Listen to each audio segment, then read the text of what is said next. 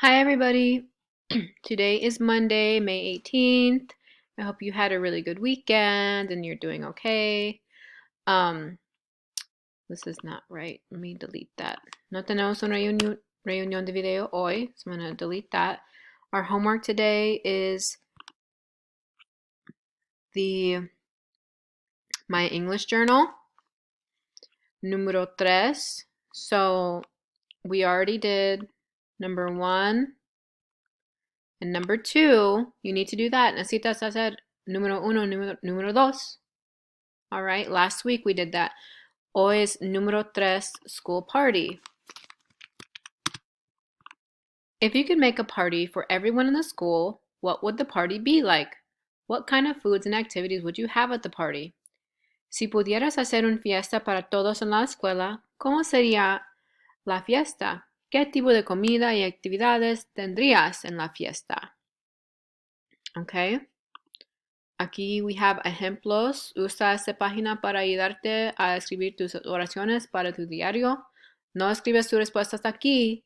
Escribe sus respuestas con oraciones completas en la página siguiente, aquí. All right? Pero here are the ejemplos. If I planned a school party, the party colors would be, so what color would you want your party to be? The party would be at the, ¿dónde está la fiesta? En el parque, piscina, escuela. The party would be at where? Some activities I would like to have at the school party is algunas actividades que yo quiero tener en la fiesta es games, juegos, dancing, deportes, películas. And one thing I would do at the school party is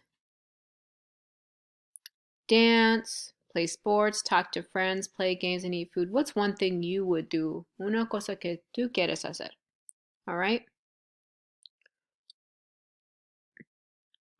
And then escribe. You need to click 2 times. Haga click 2 veces para escribir. All right? And then go to our sentence. If I plan a school party.